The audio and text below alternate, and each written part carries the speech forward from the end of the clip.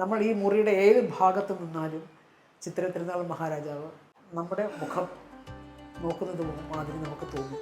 ചിത്രത്തിരുനാൾ ബാലരാമവർമ്മ മഹാരാജാവാണ്.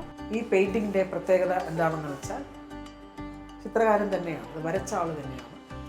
റോറിക് എന്ന വിഖ്യാത ചിത്രകാരനായ റഷ്യൻ പെയിൻറ്ററാണ് റോറിക്. അദ്ദേഹം വരച്ച ചിത്രമാണിത്.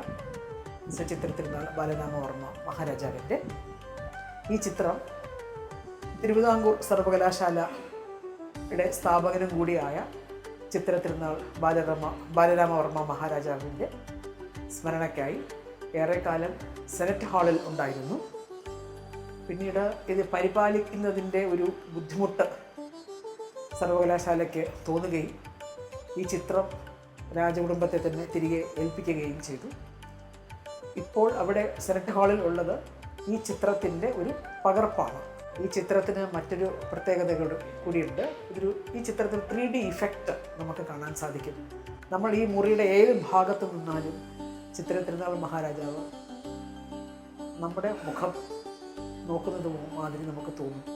അതുപോലെ തന്നെ അദ്ദേഹത്തിൻ്റെ പാദങ്ങളും നമ്മുടെ ഡയറക്ഷനിലോട്ട് തിരിഞ്ഞിരിക്കുന്നതായിട്ട് നമുക്ക് കാണാൻ സാധിക്കും. അത്തരത്തിലുള്ള അമൂല്യമായ വളരെ റെയറായിട്ടുള്ള ഒരു പടമാണ് റഷ്യൻ പെയിൻറ്ററായ റോറിക് അദ്ദേഹത്തിൻ്റെ വരകളിലൂടെ ശ്രീ ചിത്രത്തിരുനാൾ മഹാരാജാവിനെ അവിസ്മരണീയനാക്കിയത്.